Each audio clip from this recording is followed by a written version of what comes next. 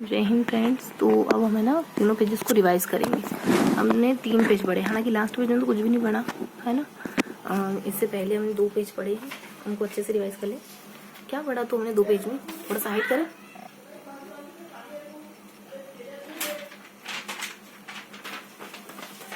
ठीक है, तो हमने कल थोड़ा सा पढ़ा था, हाइड कर देते हैं। हाइड हो गया। अब रिवाइज करते हैं। तो अब हम पिछले दोनों पेजेस को रिवाइज करेंगे। पिछले 2 पेजेस में क्या क्या पढ़ाया हमने, 105, 106, 106 और एक बार हमने नया टॉपिक शुरू करा ऊर्जा संसाधन, जिसमें कुछ खास पढ़ा नहीं। पेज नंबर है तो क्या कवर करा हमने, यहाँ है ना 106 में हमने बहुत लिमिटेड इंफॉर्मेशन पढ़ी थी। यहाँ हमने कोई संस्था वगैरह थी और फिर कुछ अदर फैक्ट थे। इन 2 संस्थाओं के नाम के अलावा यहाँ कुछ फैक्चुअल जानकारी थी और इसके अलावा भी कुछ तथ्य थे इन 2 पॉइंट्स के अलावा।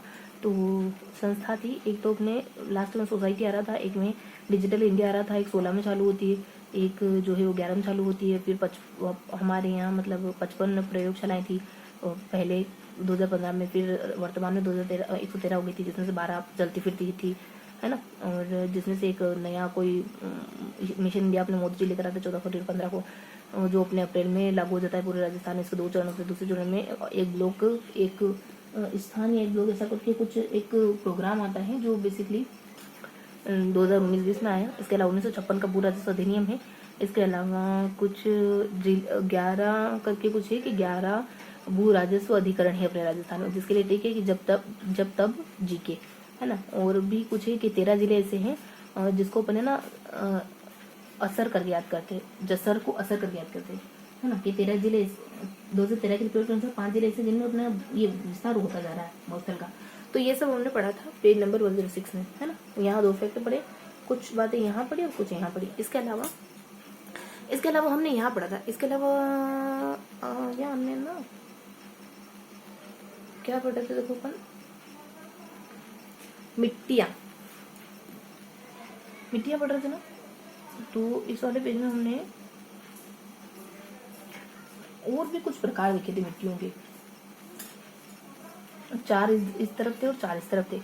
जैसे नाम क्या क्या थे उनके, एक तो है मृदा अपरदन है ना। तो बेसिक से मृदा अपरदन के प्रकार बता रखे थे, बहुत बेसिक से कि मृदा अपरदन जल के कारण होती है, वायु के कारण होता है और जलमग्नता है ना। और ये 3 पॉइंट इस तरफ थे है ना। यहाँ पेज को 2 हिस्सों में बांटा था, यहाँ कुछ था और यहाँ कुछ था है ना, यहाँ और यहाँ इस तरीके से मेंशन था। तो देखो यहाँ बता रखा था कि एक जल अपरदन होता है, एक वायु अपरदन होता है, एक जलमग्नता। सामने की तरफ बता रखा था कि एक उत्खाद है, अवनालिका अपरदन है और जल वो क्या कहते हैं उसको, मृदा अपरदन है, अनावरण होना है ना, मृदा का अनावृत होना, चादर अपरदन है, इस तरीके से। देखो वायु अपरदन कहाँ होता है, ये जो अपने मरुस्थल के इलाके में वहाँ होता है ना। ये सब बता रखा था वायु अपरदन में। जल अपरदन घग्गर, जो अपने इंदिरा गांधी नगर का जो इलाका ना, घग्गर है, हनुमानगढ़ है, ये है ना, इनमें होता है जल अपरदन। और एक है अपने चादरी अपरदन, जो अपने सिरोही में होता है, जहाँ अपने ना ये अपने बारिश ज्यादा पड़ती है, सिरोही वाले इलाके में बता रखा था चादरी अपरदन। ठीक है। और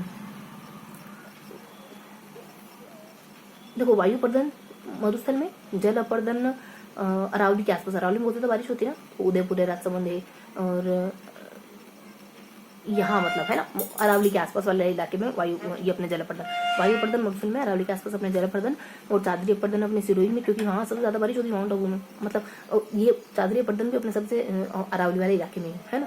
तो मरुस्थल हो गया, अरावली हो गया।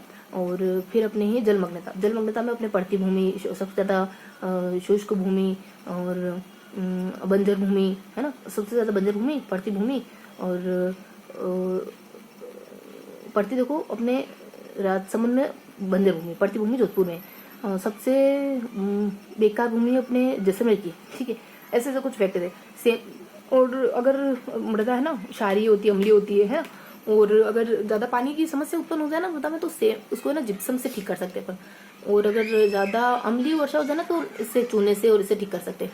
और मरु जो प्रोग्राम है ना वो 78 में आता है, और एक और कोई प्रोग्राम तो सूखा प्रोग्राम जो 74 में आता है। बस ये सारे सामने की तरफ भी वही सारी बातें थी।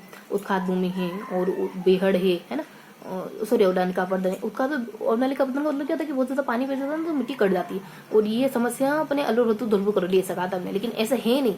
धौलपुर, करौली, सवाईमाधोपुर और कोटा और इस तरीके से है ना। कोटा और सवाईमाधोपुर में तो यमुनाली का पतन बहुत ज़्यादा होता है, चंबल नदी करती है, मतलब जमीन कट जाती है, इसमें बहुत खड्डे पड़ जाते हैं, बिहड़ हो जाते हैं, उबड़ खाबड़। फिर और है एक है मृदा अनावरण। तो मृदा अनावरण की समस्या आती है अपने, मृदा अनावरण यहाँ पे बता रखा था, यही अपने जहाँ अरावली ज़्यादा बारिश होती हो, तो अरावली पर्वत पर ज़्यादा बारिश होती है ना, तो इसी इलाके में मृदा अनावरण की समस्या आती है। तो इस तरीके से हमने ना दोनों पेज अच्छे से पढ़ लिया। अब देखिए क्या क्या इन्फॉर्मेशन है। आज का सेशन तो बहुत आसान था। देखो ये रहा राजसमंद सिरोही मृदा वायु अपर्दन, उत्खाद, और ये वाला भी हो गया आपने, जिसे उत्खाद या बेडलैंड टोपोग्राफी कहते हैं। ध्यान रखना, उत्खाद को बेड भी कहते हैं, बेड ही होता है, बुरा ही होता है ऐसे, है ना। सहतु धौलपुर में कहा था, सहतुर कोटा में 100,000 होता है, सहतु धौलपुर कोटा में।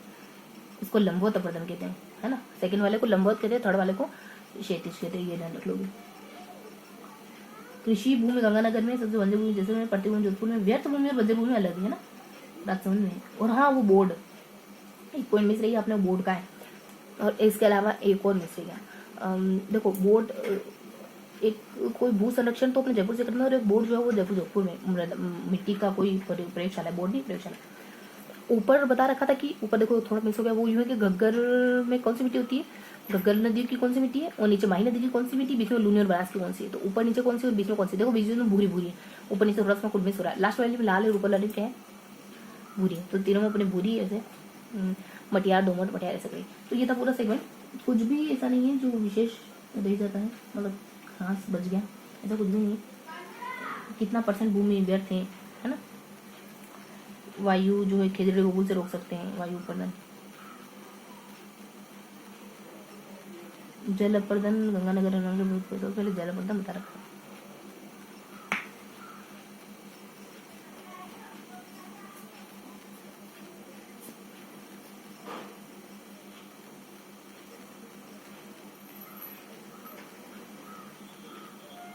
सेम की समस्या, जलमग्नता की समस्या कहाँ है पता है, गंगानगर, हनुमानगढ़ में। लेकिन उनके पर्टिकुलर इलाके कौन से पता है, NRB रबने, ठीक है। उसको उल्टा पढ़ के तो रबने बना दी जोड़ी, ऐसे पढ़ लो रबने।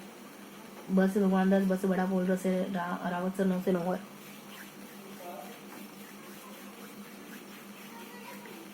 पता चल गया कि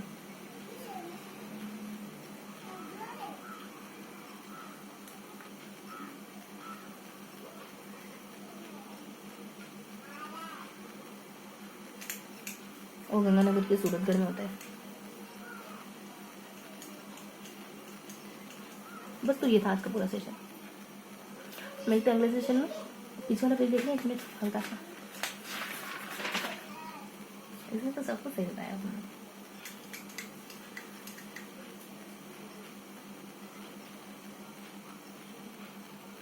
एग्जाम है ना। तो ये था आज का पूरा सेशन। मिलते हैं अगले सेशन में, तब तक के लिए।